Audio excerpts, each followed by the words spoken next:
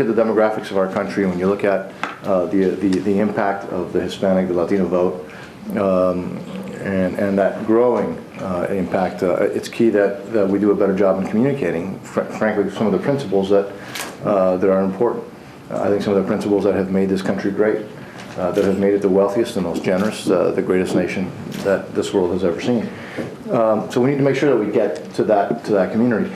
And for lots of reasons, but if you just look at for political reasons alone, I mean, you know, look at the previous elections, and there's a couple of races that, frankly, we should have won, and we lost. Harry Reid is the best example of that. You know, I mean, he got close to 90% of the Hispanic vote, and if that number would have not been so dramatic, he would no longer be in the Senate. So I want to make sure that we all have to make sure that fast-growing population that feels and thinks a lot like we do is not lost to the Democrats, frankly, just because we ignore them or worse, because we insult them. And it's a community that we should be able to frankly, to get, to convince, to look at in our direction. You know, they're pro-life or pro-family. Frankly, they don't quite like government. They don't trust government. They don't like big government. They hold all the same values that we do. But as you all know, I think the Republicans in particular have done a miserable job, and not only have we done a miserable job in attracting them, I think we've done a pretty good job in, frankly, rejecting that community. So it's important that Heritage is doing that. I want to thank you all for doing that. Look, you all know where we are now. You know, we were just saying a little while ago, it looks like Nancy is not going to leave without trying to do as much damage as she can before she leaves. And that's end the story. You know, as much as she can dig a hole, the bigger the hole she can, even if it's just a couple more ounces of dirt, to make sure that this country is as deep as possible in that hole.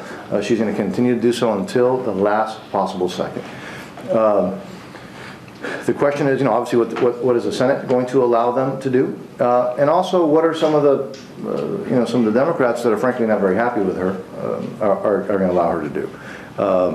And so that still remains to be seen. You know, the question was, when are we leaving? Who knows? Nobody knows. Again, she's going to do as much damage as she can, and she's going to do as much. She's going to try to get as much done, none of it good, as she can before she leaves. And she's going to leave, you know, kicking and screaming and scratching until the last possible minute. Now, you know, I recently was picked by the steering committee to be on the Appropriations Committee.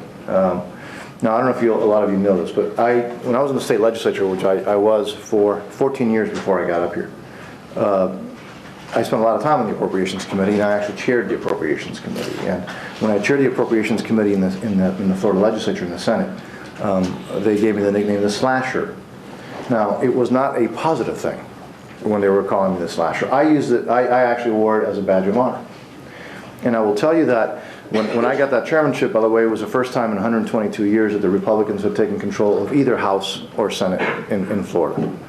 And so we wanted to show that we meant what we had been saying forever. That we could do things differently, that we could lower taxes, we could fund the essential things efficiently, we could prioritize spending, and we could lower taxes. And we went around and did that, and we did that. We frankly did so. We lowered taxes rather dramatically. We really started to solve the criminal justice issue that we had in Florida, which was the big rotating door. We were #1 in violent crime in the nation. The state of Florida was in those days. We were able to reverse that. We built the prisons. We locked people up. We passed legislation to make sure that if you committed a crime in Florida, you were going to serve the time, and then we had the prison space to do so. And in order to do all those things, yes, we had to make some tough choices, and that's why I was called the Slasher. Now, here I am, a number of years later, serving on the Appropriations Committee in a much more difficult position even than the state of Florida was in those days. If somebody would have asked me 2 years ago, somebody would have told me 2 years ago, hey, the United States is going to be on the verge of bankruptcy in 2 years, I would have said, you're nuts. It's the United States of America, for God's sake. It's the most powerful, the strongest economy. I mean, it's almost impossible. It really is almost impossible to bankrupt the United States of America. They've done it. They've done what I thought would be almost impossible, which is they have brought us to the verge of bankruptcy. So we have some interesting choices to make now. I will tell you that those choices are pretty much already made for us. Because we either make the tough decisions in Congress in the next few months, because I will tell you that I think our window is short, or we're going to be, Greece or Ireland, except that nobody's big enough to bail us out. And that's what we're facing. So I know that, we're going to have tough choices, we're going to have tough decisions, we're going to have tough votes. But the reality is that we don't have many options. We're either, again, going to go back to our roots, we're going to go back to what we should be doing, we're going to go back to prioritizing spending, we're going to go back to not wasting money, we're going to go back to not funding every dream, every idea, every social program, every invention that anybody has. We're either going to go back to some basic, what government's supposed to be doing and doing those better, or we will jump off that cliff of insolvency and bankruptcy. So, and I think a lot of us get it. I think the leadership gets it. I think the Republicans get it. And I think the American people, which is, by the way, the most important thing, I think the American people are paying attention and they get it as well. And it's going to be interesting to see if they continue to support the efforts once we go down that road of trying to bring the United States back from the brink of bankruptcy. And I think the American people are very, very wise. Wasn't it, and I'm paraphrasing, but wasn't it Winston Churchill who said the American people always make the right decision after they exhausted every other possibility. And it's true. The United States does make the right decision. Sometimes it takes us a little while, and sometimes we bounce around and we make some mistakes. And I think the American people made the right decision in November. I think they're reading the tea leaves. I think they're paying attention, and I think they're going to continue to pay attention because we are in for some rough times. So the choices are, I think, very, very narrow. Congressman, normally Republicans have not done well with a Latino Hispanic vote. What do you see going forward? What can be done to improve that in the future? Well, we have to be sensitive to what the issues are. That is, frankly, causing Latino voters to not be on our side, to not vote Republican. And the reality is that first, I think the rhetoric that has come from a lot of our side, from the Republican side, has frankly been has not been very positive. Name calling.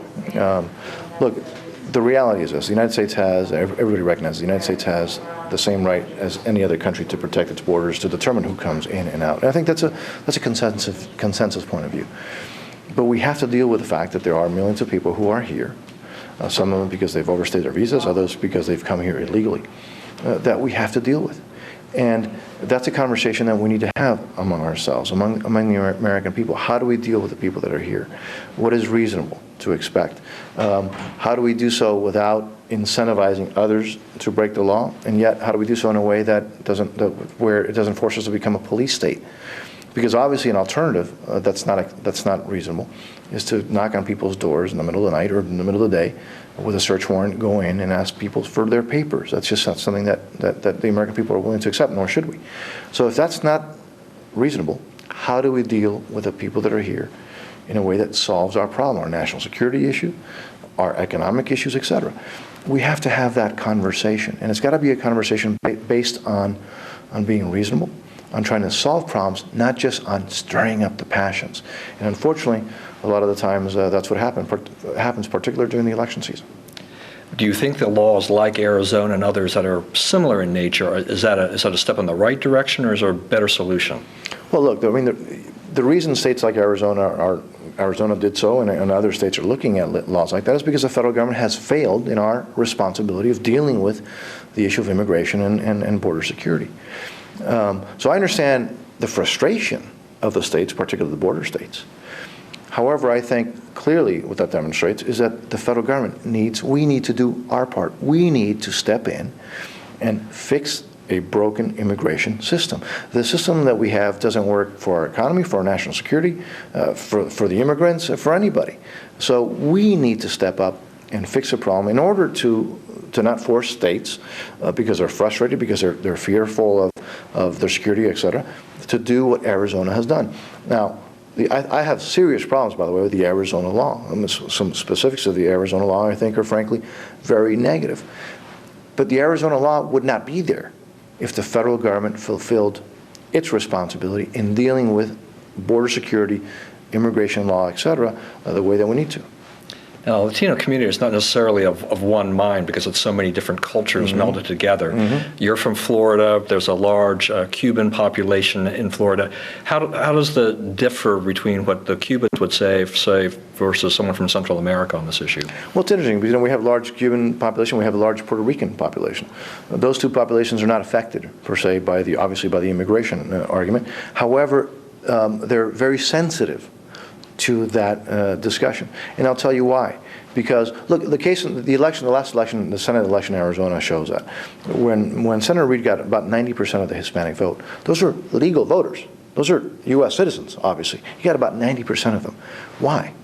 Well, because even Latinos who are here legally, frankly, get offended by some of the terms that are used to describe illegal immigrants or describe Latinos or Hispanics.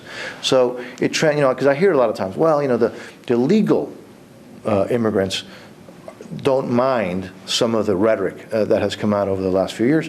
Well, that's just not what the elections show.